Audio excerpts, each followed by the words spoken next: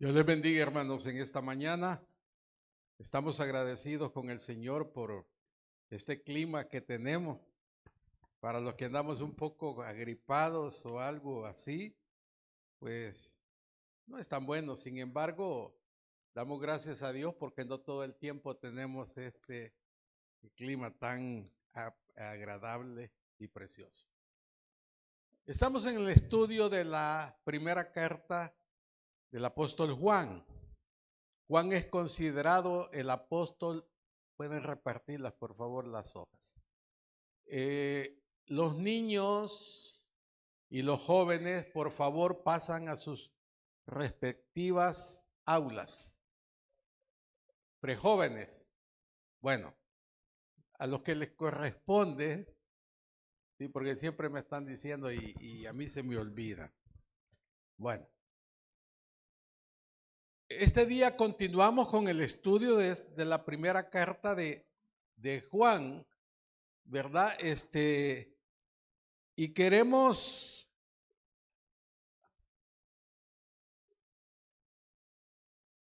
todavía están emocionados los hermanos. Bueno, y queremos continuar, hermanos, porque esta carta es preciosa, pero sumamente difícil. Hay puntos en los cuales uno se entretiene y pasa mucho tiempo viendo cómo salir de esa situación. Pero cuando leemos diferentes comentarios, diferentes,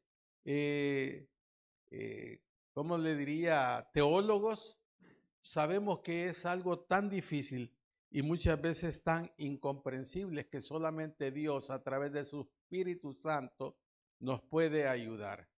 Espero que cada uno ya tenga su hojita y si no la tiene, pues levante la mano y pídala a quienes las andan repartiendo. Y como decía, estamos en este estudio y sabemos nosotros que este estudio nos habla de unidad, de amor, pero en Cristo, ¿verdad? Separado de Él nada podemos hacer. Quiero que vayamos a la primera carta de Juan. Vamos a ir al capítulo 5. Estamos todavía en el versículo 6 y vamos a leer del versículo 6 al 8.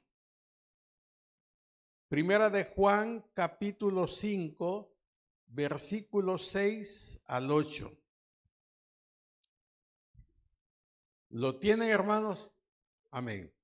Dice la palabra del Señor. Este es Jesucristo, que vino mediante agua y sangre, no mediante agua solamente, sino mediante agua y sangre. Y el Espíritu es el que da testimonio, porque el Espíritu es la verdad. Porque tres son los que dan testimonio en el cielo: el Padre, el Verbo y el Espíritu Santo.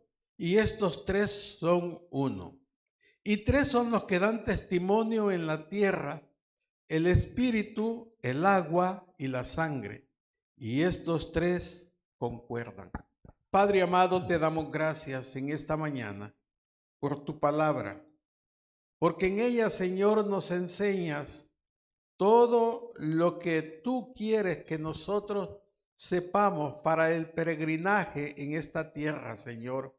Sabemos que sin ti nada podemos hacer y que todo, Señor, viene de ti para nosotros, para que vivamos justa, santa y piadosamente.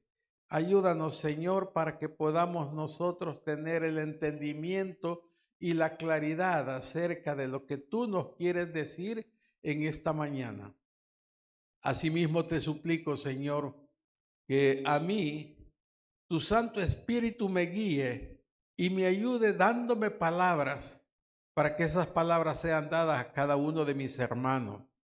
Para mis hermanos te pido que abra sus mentes y sus corazones y que estén en la disposición grande de escuchar con detenimiento y muchas veces con paciencia para entender lo que tú nos quieres decir en esta mañana. Gracias, Señor, porque tú has sido bueno. Gracias, Señor, porque la manifestación de tu gracia está en cada uno de nosotros y es lo mejor que nosotros podemos tener en este mundo, Señor. Te pedimos, Padre Celestial, que nos ayudes de principio a fin y que todo lo que hagamos y digamos sea para el entendimiento de tu palabra y para la vivencia de ella. En el nombre glorioso de Cristo Jesús. Amén y amén. Bueno, hermanos, vamos a continuar aquí en este punto. La semana pasada terminamos en la letra C, si se recuerdan. Pero vamos a continuar aquí y estamos en el versículo 6. Miren, esta parte es una parte sumamente delicada y a donde nosotros tenemos que poner un poco de atención. Y por eso voy a usar las palabras del apóstol Pablo, a donde le dice a los romanos: ruego por las misericordias de Dios que presentéis vuestros cuerpos en sacrificio vivo y santo. Amados, tenemos que poner un poco de atención porque, no, como digo, no es nada fácil esta parte y luego vienen otras que no son tan fáciles para explicar. A veces uno pasa tiempo buscando, estudiando y viendo aquí cómo poder expresar aquello que tenemos aquí plasmado, hermano. Pero nos dice aquí que cuando Jesús fue bautizado, no fue bautizado en arrepentimiento por sus propios pecados. ¿Por qué dice este comentario así, hermano? Sencillamente porque sabemos nosotros que el bautismo de Juan, ¿cómo era el bautismo de Juan para ustedes, hermanos? ¿Qué recuerdan del bautismo de Juan? Era un bautismo de arrepentimiento, ¿verdad? Y Juan decía: arrepentíos, arrepentíos. Entonces, pero el Señor Jesucristo no tenía de qué arrepentirse, hermano, porque no había cometido ningún pecado. Sin embargo, él tuvo que cumplir algunas de las cosas que estaban escritas, cumplir la ley en su totalidad, porque nadie la puede cumplir ni nadie la podía cumplir en ese entonces. Sin embargo, Jesús es el cumplimiento de todo eso, hermano. Y por eso vemos aquí que nos dice la palabra del Señor: y cuando Jesús fue bautizado, no fue en arrepentimiento por sus propios pecados. Él no tenía ninguno, sino porque él quería identificarse completamente con la humanidad pecaminosa. Cuando él se bautizó, nos dijo: yo soy uno de ustedes. Eso es lo que quería desde el inicio de su ministerio. Porque aquí precisamente es a donde Jesús va a iniciar su ministerio, y sabemos nosotros que a partir de ahí dice que el Espíritu lo llevó a un lugar desértico para ser tentado. Sin embargo, él estaba cumpliendo con este hecho, y por eso aquí cuando leemos en el versículo 6 dice: y este es Jesucristo que vino mediante agua. Hay algo que se nos ha enseñado a nosotros y que tenemos que tener mucho cuidado con las palabras, porque las palabras están determinadas en su significado en base al contexto. Cuando nosotros vemos aquí el contexto de agua, no es el contexto de agua en otras partes cuando se nos habla que es la palabra. Aquí no, es una identificación que Jesús tiene para con la humanidad pecadora, para con nosotros. Y por eso es que este comentario nos dice que Jesús fue bautizado, que no fue bautizado en arrepentimiento por sus propios pecados, porque él no había cometido ninguno. Sin embargo, ¿qué estaba haciendo él cuando él se bautizó, hermano? Estaba identificándose con la nación de Israel, con aquel pueblo judío. De la misma manera, nosotros cuando tomamos el bautismo en agua, lo hacemos no para salvación, sino para identificación con la misma iglesia, con la congregación, de que nosotros hemos creído en Cristo como el único y suficiente Salvador, de tal manera que el Señor se identifica desde el inicio con la humanidad pecadora, porque Él precisamente para eso vino, para salvar a los pecadores, para dar su vida en rescate por muchos, y eso es lo que nos está diciendo su palabra. Cuando Jesús murió en la cruz, no murió porque Él tenía que hacerlo. La muerte no tenía poder sobre Él. Él murió sencillamente porque era la única manera en la cual podía llegar la salvación a la humanidad.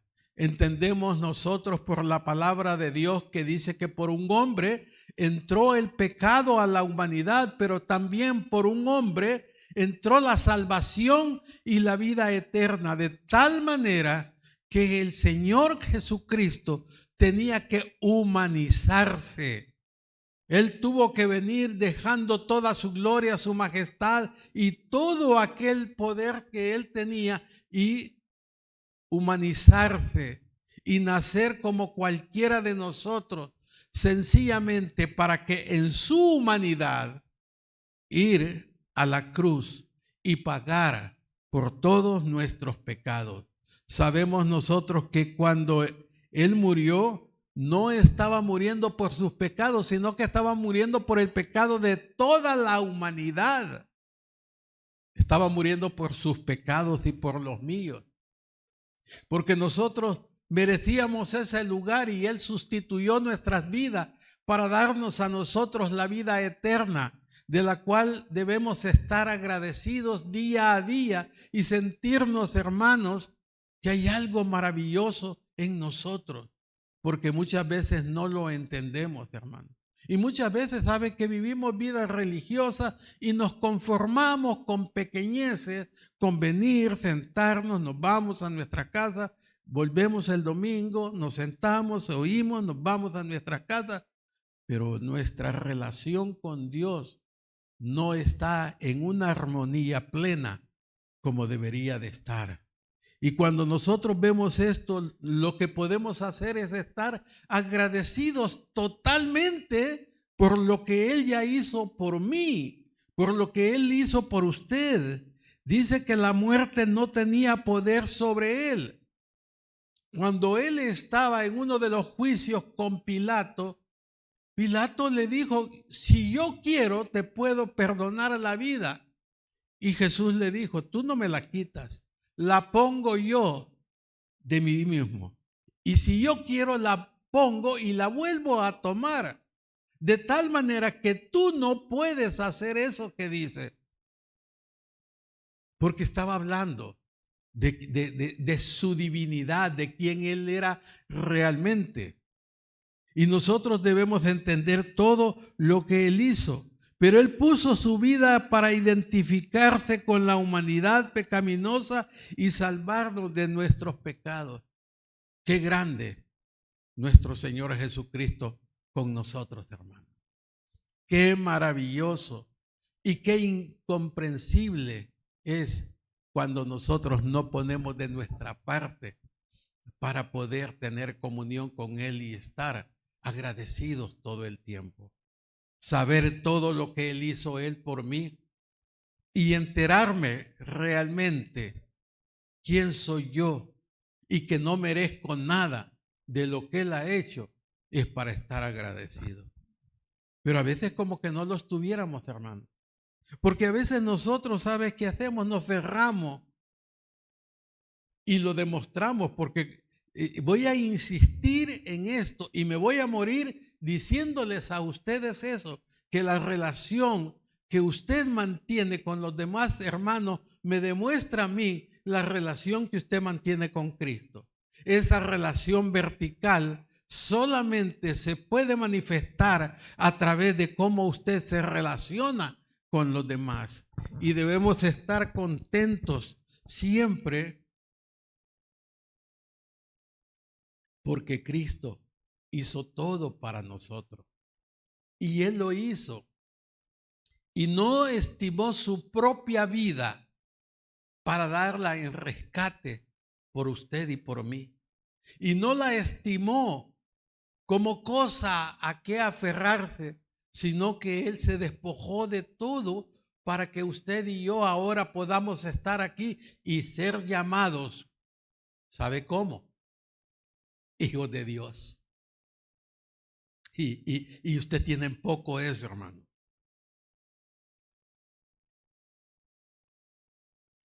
¿Le parece poco? ¿Le parece poco ser llamado hijo de Dios? Y nosotros somos eso, hijos de Dios.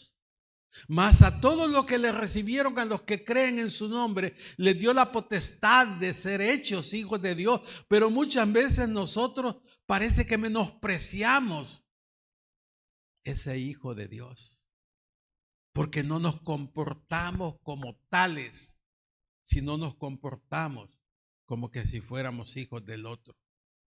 Y tenemos que tener cuidado, porque esto para nosotros es algo grande, hermanos, es algo tan maravilloso que si logramos comprender en una cosa mínima, nuestra vida va a cambiar en comportamiento, en actitud, en manera de tratarnos, en manera de vivir, en nuestras relaciones. Y todo eso va a ser distinto porque ya no va a estar dependiendo ni de la vanagloria del mundo, ni de los deseos de la carne, ni de todo aquello que nos dirige mal en la vida diaria que nosotros tenemos, sino que vamos a estar viviendo en dependencia total de Dios. Y por eso esto es sumamente importante. Cuando Él vino mediante sangre, fue para ponerse en nuestro lugar como un pecador culpable y para llevar el castigo que nuestros pecados merecían. Al que no conoció pecado, por nosotros fue hecho pecado. ¿No le dice mucho eso a usted, hermano? Al que no conoció pecado, al que no hizo ningún mal ni nada, fue hecho por nosotros pecado. ¿Y sabe qué? Él cargó todo el pecado de la humanidad sobre sí mismo para que nosotros, hermanos, podamos disfrutar, podamos gozar, podamos tener esa comunión y esa relación íntima con Dios que muchas veces nosotros despreciamos. Perdón, Dios nunca se aparta de nosotros. Somos nosotros los que nos apartamos de Él. Muchas veces no queremos nada con Dios y nos enojamos y nos molestamos y ni queremos venir a la iglesia porque creemos que no viniendo a la iglesia le hacemos daño a alguien, pero realmente nos hacemos daño nosotros mismos. Nosotros mismos, hermanos, nos hacemos daño porque no hay nada más grato ni más delicioso que habitar los hermanos juntos y en armonía. Y que la gente pueda decir, miren cómo se aman. Que eso sea un distintivo de la iglesia Camino de Salvación en agradecimiento a lo que hizo Cristo cuando Él se identifica con la humanidad en el pecado, llevándolo hasta la cruz y muriendo en Él, derramando hasta la última gota para que el castigo que debería de ser sobre cada uno de nosotros fuera sobre Él, fuera sobre Él. Y Él lo sabía perfectamente, pero en ningún momento Él rehuyó a esa responsabilidad que el Padre le había otorgado desde antes de la fundación del mundo. Porque cuando fue al Getsemaní y Jesús estuvo orando, y era una oración tan fuerte, tan grande, que dice que su sudor eran como gotas de sangre. unos vasitos adentro se rompieron y esa sangre salió a través de las glándulas sudoríparas. Y ahí salió. Y él comenzó en su agonía, porque no fue solamente en la cruz. Desde allí él comenzó en una agonía tremenda por nuestra causa. Y le dijo: Padre, si es posible, pase de mí esta copa, pero no se haga mi voluntad, sino la tuya. Y fue como cordero, fue llevado al matadero y no abrió su boca, nos dice la palabra de Dios. ¿Y nosotros cómo hacemos, hermanos? Yo vengo y le digo a alguno algo de aquí y no le he terminado de decir. ¿Cuándo me está diciendo unas 4 más? Entonces debemos ser agradecidos y entender que cuando Él vino mediante sangre fue para ponerse en nuestro lugar como un pecador culpable y para llevar el castigo que nuestros pecados merecían. ¿O usted cree que no merece usted el castigo? Cuando nosotros, hermanos, somos soberbios, orgullosos, intemperantes y tenemos tantas cosas que nos asedian y nos hacen daño, y todo eso, hermanos, es algo que nosotros debemos evitar a toda costa. ¿Para qué? Para vivir de una vida más tranquila, hermanos. Y allí me hizo el favor de cambiar y dice: el que vino mediante agua y sangre.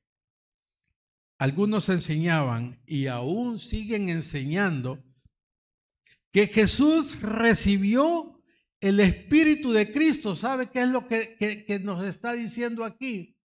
Que cuando Jesús fue a las aguas a bautizarse, en ese momento, y cuando el Padre dice esto: este es mi Hijo amado en quien tengo complacencia, algunos dicen que Él en ese momento estaba recibiendo el Espíritu de Cristo.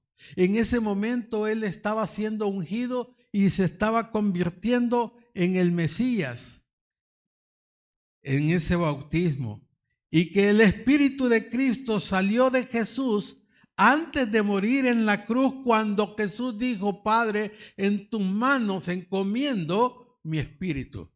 Pero hermanos, estas son doctrinas heréticas, de las cuales nosotros tenemos que darnos cuenta, porque en algún momento alguien nos llega con este pensamiento, nosotros sabemos de dónde viene y podemos identificar, hermano.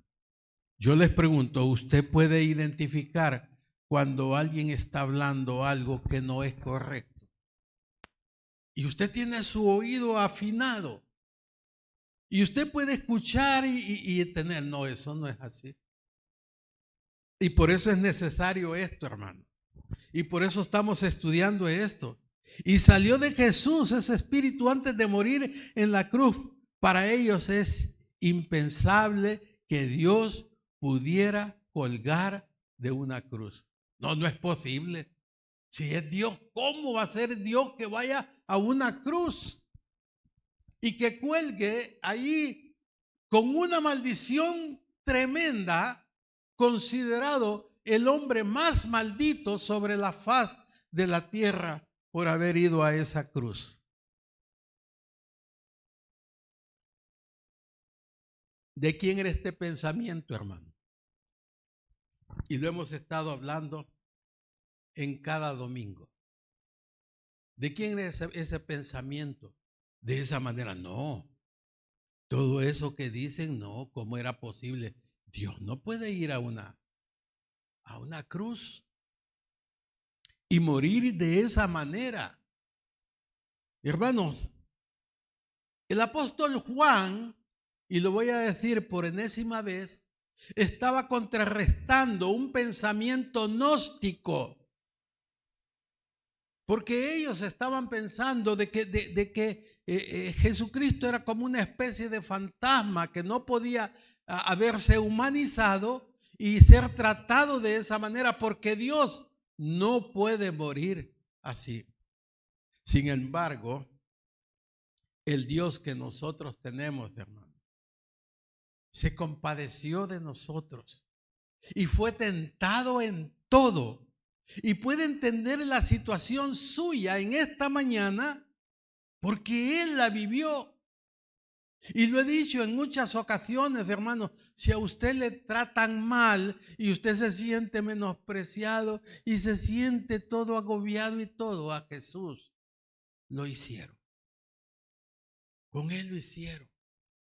Usted se siente abofeteado, y no lo digo literalmente, pero usted siente que alguien le maltrata y le está haciendo cosas.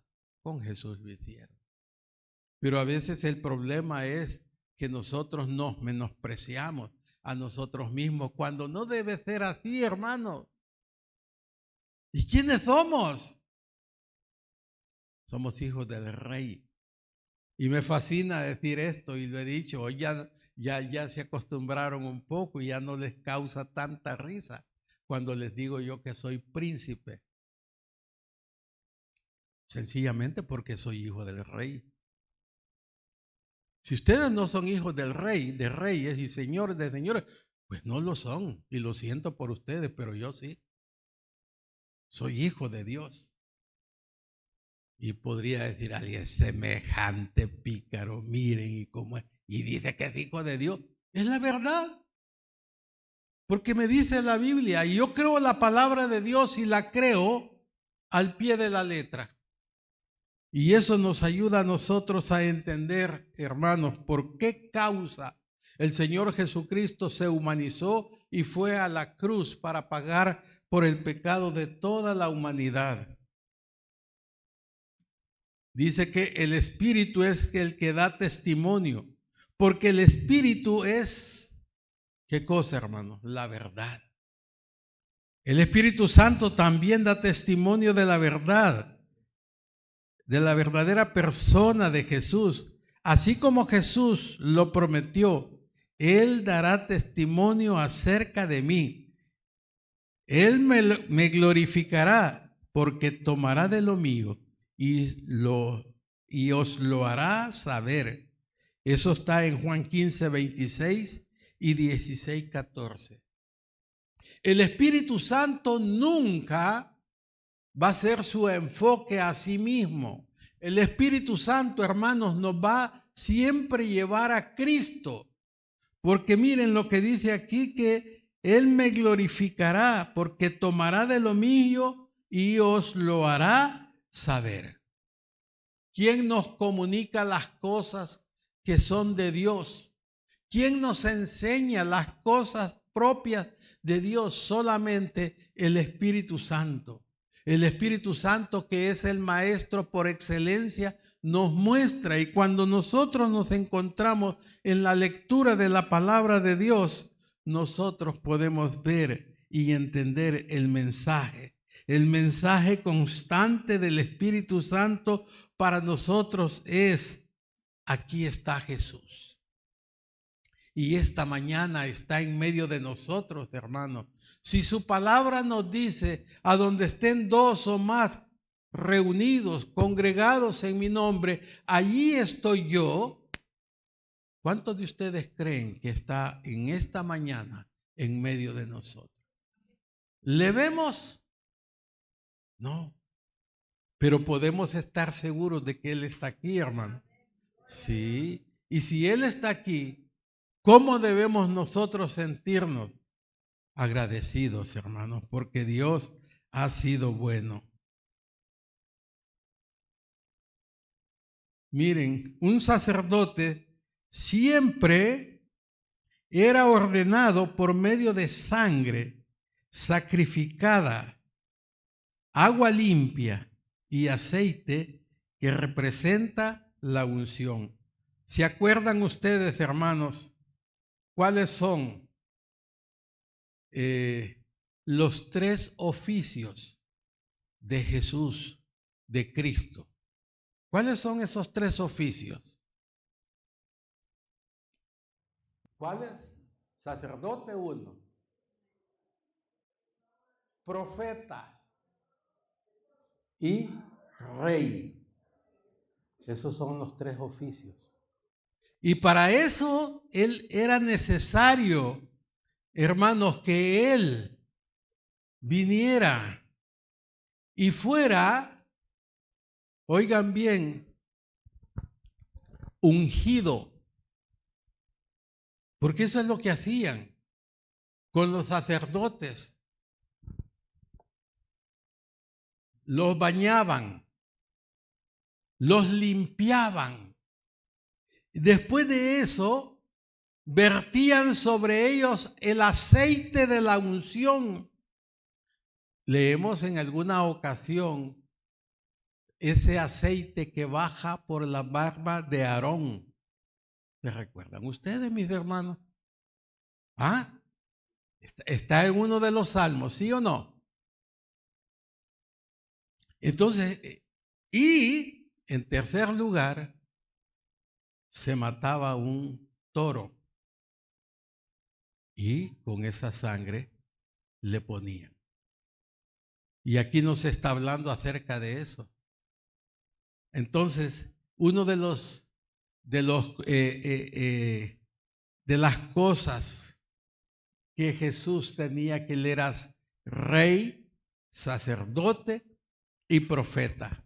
¿Se acuerdan ustedes que el hermano Carlos Telles en su estudio nos enseñó? Y cuando hablaba de Jesús como profeta, decía él, ¿qué decía? A ver si alguien se acuerda. Con P, ya se les olvidó. Con P mayúscula decía siempre. Porque su oficio era único, como profeta, como rey y como sacerdote. Entonces aquí nos está hablando de eso. Y miren que aquí está molestándome a alguien enviado de Satanás. ¿Sí? ¿Saben ustedes que Belcebú, qué significa Belcebú, hermano? Bueno, esta es una clase, no es una predicación. ¿Belcebú quién era? Ah, ¿quién lo dijo? Muy bien, el Dios de las moscas, y me mandó una para que esté molestando. Sí, hermano. Y entonces nosotros sabemos cuando hablamos de estas cosas por qué habla. Y cuando hablamos de 3 testigos, la Biblia siempre es clara, y en Deuteronomio usted puede leer, y esto lo puede leer también en Levíticos, usted puede enterarse que dice que cualquier cosa tiene que ser por 2 o 3 testigos. Por 2, y siempre debería ser así. No era así nomás. El espíritu, el agua y la sangre, estos son todos testigos constantes para decirnos quién es Jesús. Esa era la importancia, hermano, para decirnos a nosotros quién es Jesús, para que nosotros estemos enterados que es el enviado de Dios, el Hijo de Dios, el Dios mismo encarnado, enviado para nuestra salvación y para nuestra vida eterna. Y nosotros tenemos vida eterna, sí, y la tenemos por la obra de Cristo. Podemos darnos cuenta de que estos 3 concuerdan. No es como si el Espíritu nos dijera una cosa, el agua otra y la sangre algo más. La vida de Jesús, su muerte y el Espíritu nos dicen quién es Jesús, y nos lo dice estando de acuerdo. Fue algo, hermanos, instituido, algo hecho para que nosotros entendiéramos, y por eso es el deseo de Juan de darle énfasis a esto, para que nosotros entendamos con claridad cómo fue que vino Jesús, ¿Quiénes son los que dan testimonio de su ministerio? ¿Y por qué fue que vino de esta manera? ¿Por qué el Espíritu da testimonio? ¿Por qué el agua a través del bautismo nos dice que Él se identifica totalmente con la humanidad pecadora? Y la sangre nos habla del ministerio de Él en la cruz del Calvario. Entonces nos damos cuenta que su muerte y el Espíritu nos dicen quién es Jesús. Y nos lo dice estando como de acuerdo. No estaba diciendo el Espíritu una cosa, la sangre otra, el agua otra. No, todos siempre señalando al ministerio de Cristo. Algunas palabras sobre el versículo 7 en relación a algunos comentarios hechos al margen de muchas Biblias respecto a Juan 5:7. Miren, hermanos, esta parte entiendo yo que es una de las partes más difíciles de la Biblia. Toda la semana he estado enliado con esto. Toda la semana. Y allí buscando ayudas y todo eso. Pero Dios siempre tiene una salida y nosotros debemos de entender, hermano. Porque vamos a ver algunas cosas que nosotros vamos a ver, pero que nunca vamos a decir que la Biblia se contradice o que la Biblia está mal. No, no, no. Veamos lo que dice el pasaje. Porque tres son los que dan testimonio en el cielo: el Padre, el Verbo y el Espíritu Santo. Y estos tres son uno. ¿Qué pueden observar allí, hermano? Una observación sencilla allí. ¿Qué observan? No estoy diciendo interpreten, no. ¿Qué observan allí? ¿Qué observan?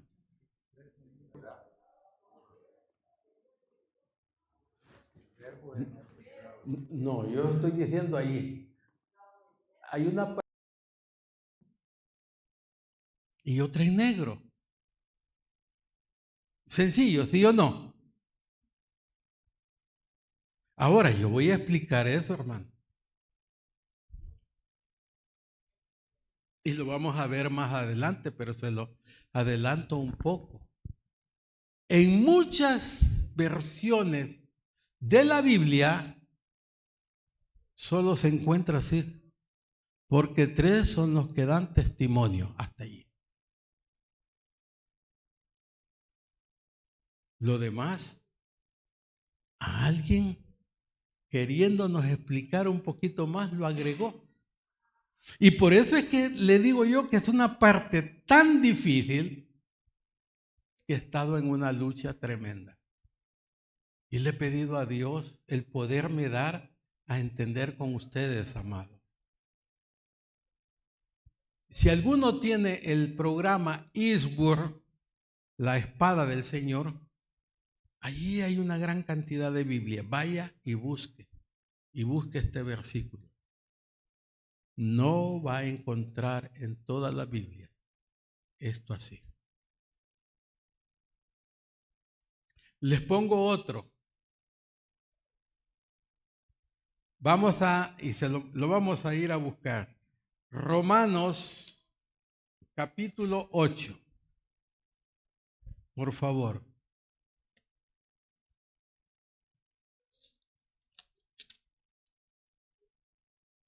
Como es un estudio, tenemos que hacerlo de esa manera.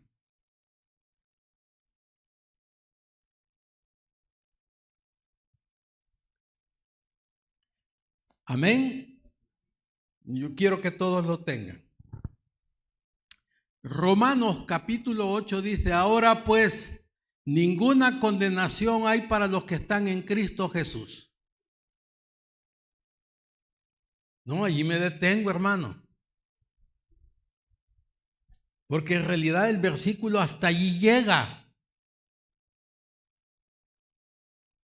Esa otra parte. Los copistas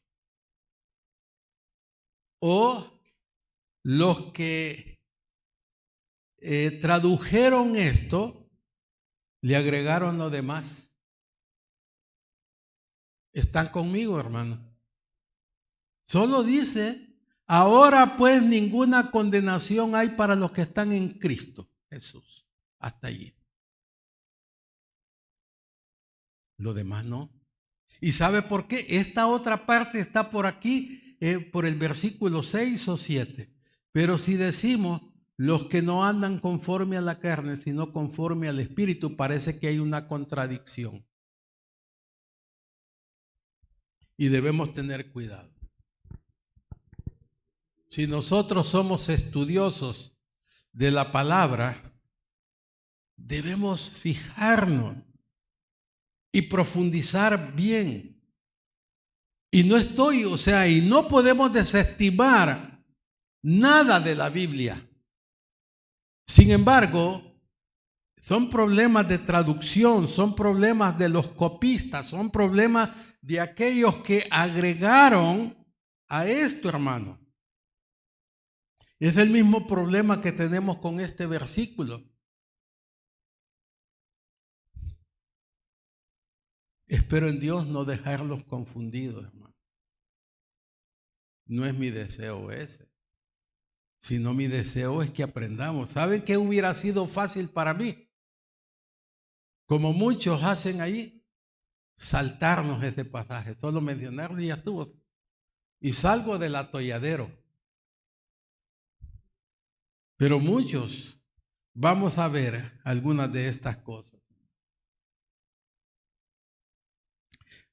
La Biblia de Reina Valera tiene una nota al margen en 1 de Juan 5:7, indicando que las palabras en el cielo, el Padre, el Verbo y el Espíritu Santo, estos tres son uno, estos tres son los que dan testimonio en la tierra, son la palabra, que no están incluidas en la gran mayoría de los manuscritos griegos del Antiguo Testamento. Del Nuevo Testamento, muy amable, gracias. No están incluidos, hermano. Ahora les pregunto yo, ¿es problema mío eso, hermano? No. Pero yo qué podría decir, venir y me salto todo esto y pasémoslo aquí y vamos a los otros versículos. No. ¿Saben por qué?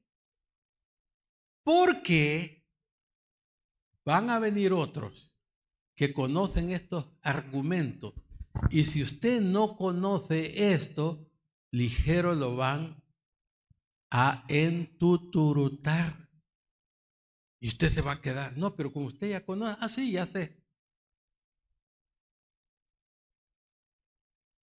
Porque esto lo debemos saber, hermano. No para hacernos cabezones, no para nada, ni porque decir que sabemos más que los otros, no. Es porque nosotros queremos conocer la verdad de la palabra de Dios. Por eso,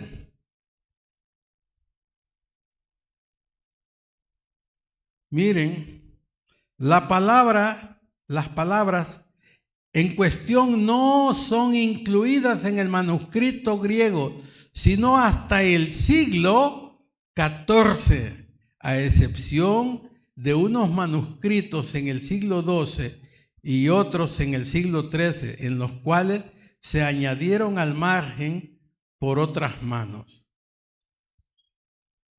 Entonces, eso lo hicieron, agregaron allí, o sea, estaban, ustedes saben, por ejemplo, aquí en Latinoamérica están las sociedades bíblicas y hay un grupo de personas eruditas que comienzan a estudiar los manuscritos y comienzan a hacer las traducciones. Hay una nueva traducción que se llama la Nueva Versión Internacional, de la cual se dice, yo no la he leído toda y no he escudriñado para ver se dice que le hacen falta como 200 y algo de versículos que nosotros tenemos aquí.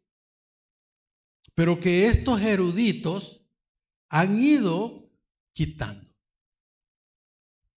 Entonces nosotros debemos tener mucho cuidado. Entonces dice aquí que las palabras en cuestión no son incluidas en el manuscrito griego, sino hasta el siglo XIV, hasta entonces, ¿verdad? Allí vemos nosotros esto. Y nos dice aquí que durante los primeros años de cristiandad hubo muchos debates teológicos con relación a la naturaleza y entendimiento de la Trinidad.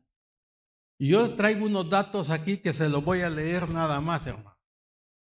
Pero esto no es nada nuevo. Desde los primeros años del cristianismo hubieron concilios, en primer lugar, para determinar la divinidad de Cristo y hablar del Espíritu Santo y hablar incluso de María y de todo eso. Les doy algunos de esos datos, hermano. En cuanto a la doctrina de la Trinidad, se debatió en varios concilios importantes a lo largo de la historia del cristianismo. Y leo los más destacados. El número 1, Concilio de Nicea en el año 325, fue el primer concilio ecuménico y se centró en la naturaleza de Jesucristo y su relación con Dios el Padre. Juan Crisóstomo fue uno de los que ardientemente peleó, y lo digo en ese sentido, pero más que todo discutió y argumentó acerca de la naturaleza de Cristo como el Mesías.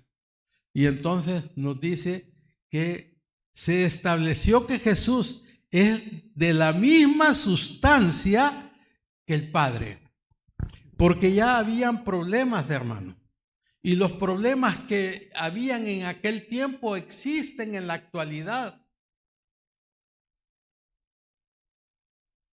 Uno de esos problemas, hermano, era causado por un hombre que ya lo he mencionado aquí, Arrio.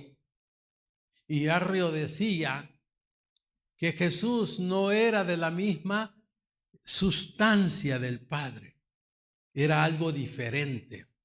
Y lo he dicho aquí y lo voy a seguir mencionando. Y ese grupo en la actualidad son los testigos de Jehová. Así de sencillo. Y este argumento ellos lo manejan muy bien para destruirnos a nosotros y decirnos que la Trinidad no existe. Pero nosotros sabemos que la Trinidad existe, hermano, ¿verdad? Y debemos estar seguros. El Concilio de Constantinopla en el año 381 se reafirmó la divinidad del Espíritu Santo y se completó la doctrina trinitaria en ese concilio. Allí ya se estableció la Trinidad. El Concilio de Éfeso en el año 431 después de Cristo se debatió la naturaleza de Jesucristo y se afirmó la maternidad de María, o sea, que Jesús vino como Dios, fue depositado en el óvulo de María y se revistió de humanidad para poder él como hombre ir a la cruz del Calvario. Tenía que ser así. Y se debatió eso. Porque él no vino como un fantasma, hermano. Y cuando nació de María no salió así, no, salió igual que cualquiera de nosotros. Y todo eso, hermano, eso que nosotros tenemos de discusión esta mañana y que nos deja más preguntas que respuestas, eso sucedió en la antigüedad, hermano. El concilio de Calcedonia en el año 451 se definió la naturaleza humana y divina de Jesucristo. Allí se estableció lo que nosotros conocemos como la unión hipostática, a donde se determinó que Jesucristo es 100% hombre y 100% Dios. La palabra hipóstasis es naturaleza, y esa unión hipostática lo único que significa es la unión de la parte divina con la parte humana. Y en ese concilio se determinó esto, para que nosotros podamos entender con mucha claridad. Y esto fue en el concilio de Calcedonia. Luego en el concilio de Constantinopla se reafirmó la doctrina trinitaria y se condenaron las herejías. Ese fue para el año 553.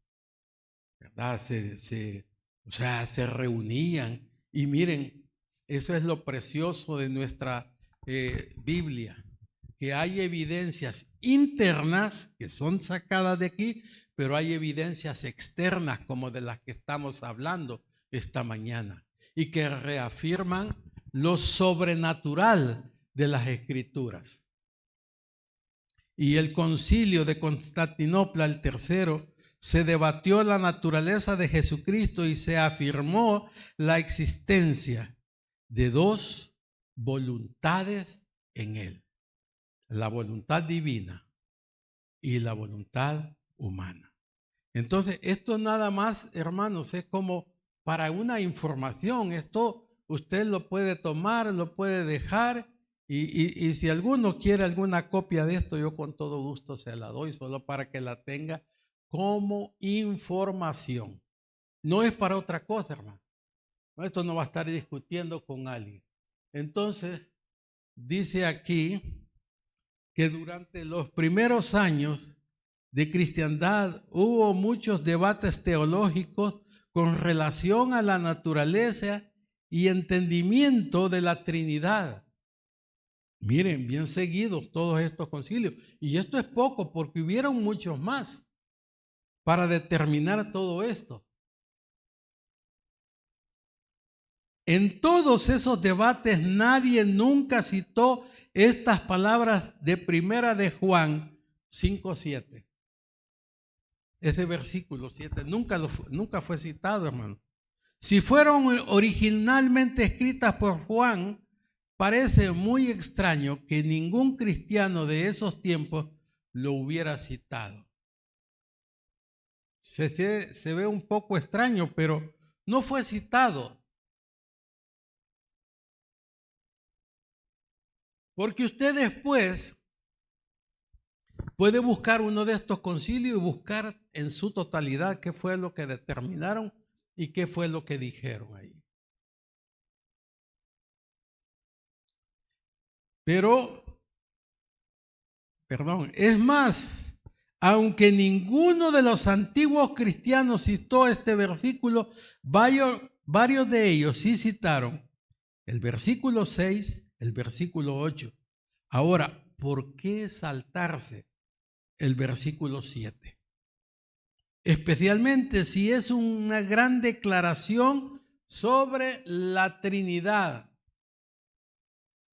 Pues yo no lo sé, hermano, y no voy a venirles a decir algo que yo no sé. Mal haría decirles, hermano, mire que no. Solo por salir de un atolladero, no lo voy a hacer. Realmente no lo sé. Y no podemos decir más de lo que algunos estudiosos, teólogos de la palabra de Dios dicen.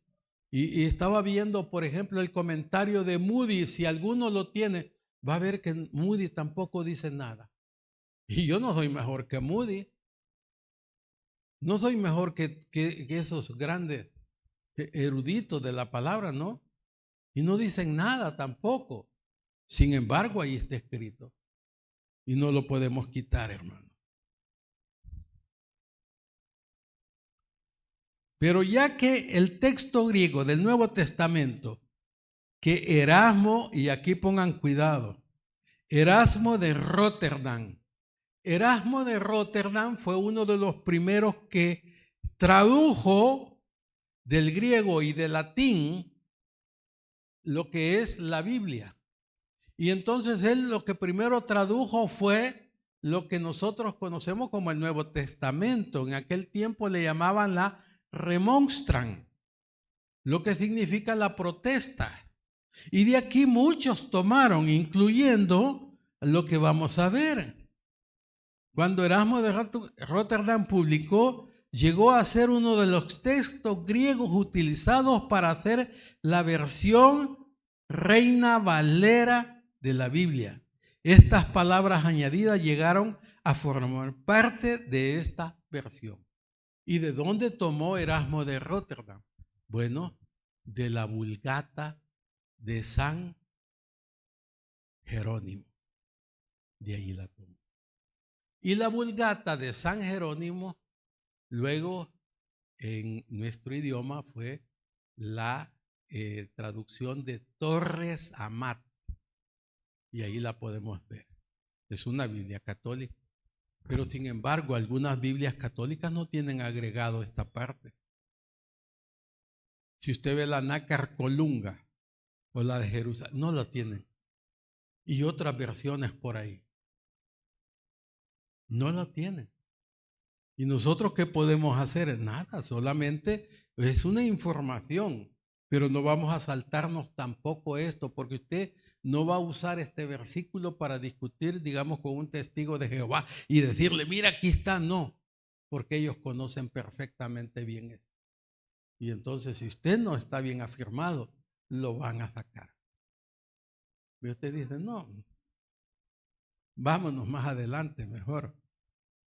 Entonces, vemos nosotros que es un poco difícil. Y estas palabras añadidas llegaron a formar parte de la versión que nosotros tenemos. Y ahí están. Pasajes como este no son razón suficiente para temer que nuestro Nuevo Testamento no es confiable. No puede, pues no, ya no voy a creer en este Nuevo Testamento porque tiene esa... No. Nosotros tenemos que ser fiel a la palabra de Dios y mantenernos siempre, hermano.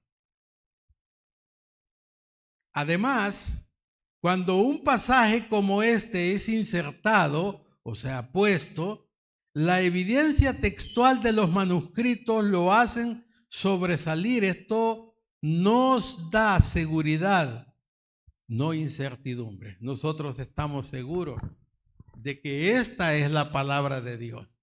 Yo la creo, ¿verdad? Y esta es palabra de Dios. Y algo como esto no debe destruir nuestro pensamiento ni nuestra creencia. Nada más. Solo tener una pequeña información, hermano. Los cristianos evangélicos pueden no conocer mucho acerca de estos pasajes, pero mucha gente religiosa que no cree en la Trinidad, como los testigos de Jehová, conocen los puntos textuales alrededor de este pasaje. Y si nosotros no estamos bien afirmados, algunos de ustedes se pueden cambiar y se pueden ir. Sí, es una advertencia, hermanos, cuidado, porque no es un punto de debate, no es un punto a donde nosotros podamos estar en discusión.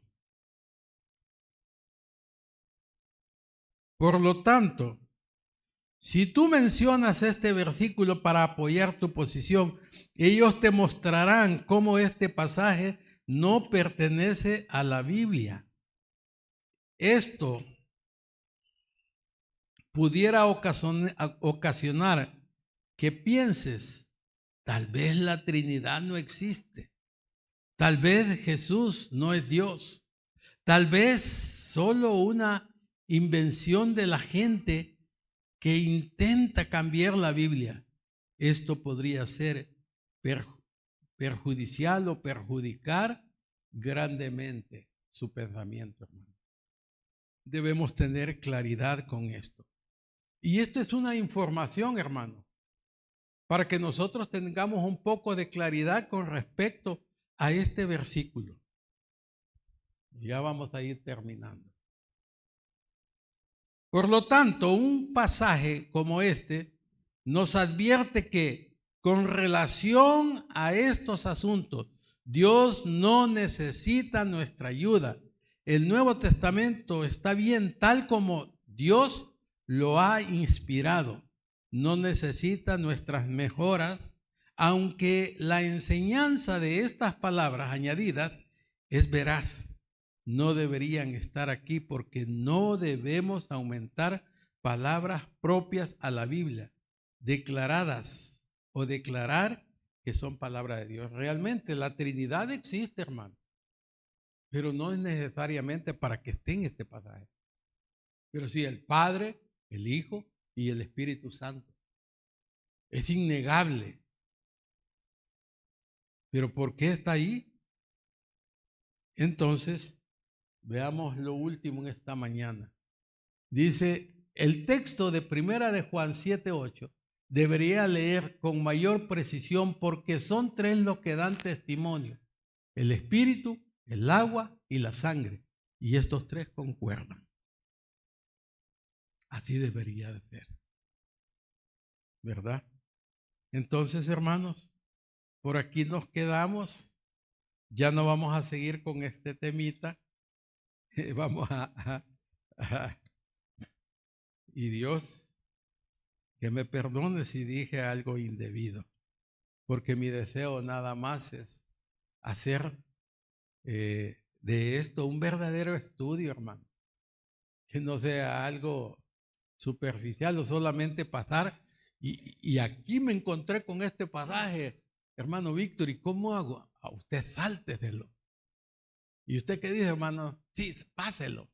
No, hermano, algo vamos a aprender y hemos aprendido algo. No vaya a discutir con los testigos de Jehová la Trinidad en base al versículo 7 de Primera de Juan 5. ¿Algún comentario? Sí.